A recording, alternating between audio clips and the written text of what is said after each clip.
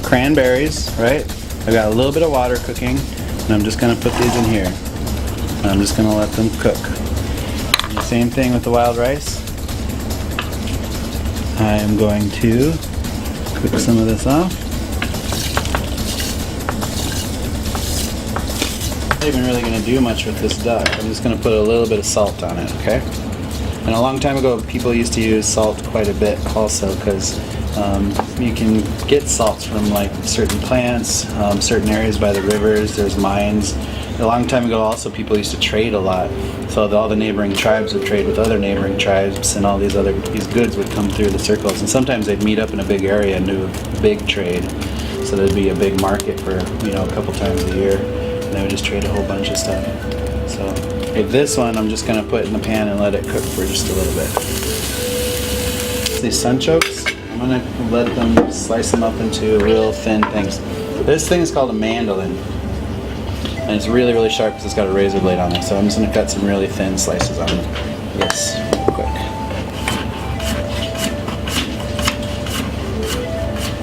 Sunchokes, if you ever see them on the road, they look like little sunflowers because they grow about this big and there'll be a whole cluster of them, but they look like little tiny sunflowers. But underneath them are these cool roots. They're kind of like a potato or a turnip or something like that, a little bit. I'm gonna add a little bit of maple syrup to both of these.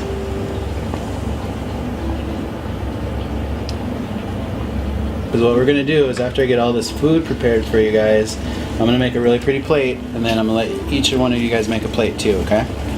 And then we'll take a look at everybody's plates, and then everybody get to try it and see what they think. A lot of the plants that grow in the wild, sometimes they are a little bit bitter, but it's important to know those flavors because those are flavors that were around for a long, long time. We got so used to eating way too much sugar, and it's really bad for everybody, unfortunately. Because you can't even go to like the, you know, corner store or gas station and try to find anything that doesn't have like massive amounts of sugar in it. I've learned a lot of different kinds of foods. Spanish food, Italian food, Japanese food, German food. But then I also just realized like why weren't there any Native American restaurants or cookbooks and nobody was messing with Native American food. And if it was Native American food, they'd just say fry bread, but that couldn't be the answer for everything, you know. So I wanted to learn a lot more. Plain pumpkin seeds, you can buy them at most stores have them. The Mexicans call them pepitas, and you see them. I'm not even using any oil. I'm just gonna let them toast up. Have you guys all tried sage before? A little bit? No. You guys have smelled it though, and people burn sage, right? Yeah, the burn sage is a little bit different. This one is more just used for cooking.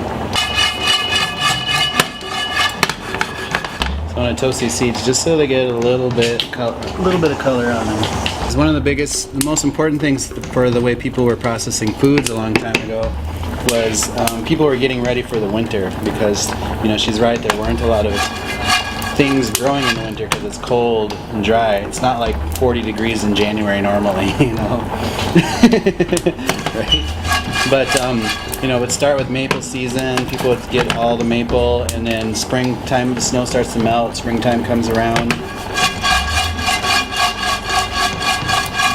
And then the first bits of spring vegetables would come up. So you'd see dandelions, you'd see wild onions, you'd see the baby ferns as they're coming up, and all those things are edible. And then people are getting their gardens and farms ready, everything they're going to plant. And then by the time things start to grow on the farms, the berries start to come around pretty quickly. So you start to see all sorts of berries in the forest. And berry seasons vary so much, there's all sorts of different kinds of berries. But the biggest trick was to make sure that people were drying. I'm putting just a little bit of salt on these.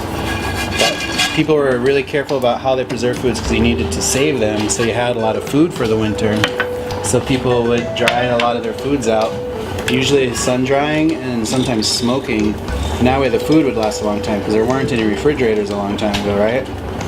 So, and then it was really important. And then a lot of times people would make a big hole in the ground and, you know, basically put all their food in the ground just because it would keep easier. That's like building a cellar, basically. Just making big soups.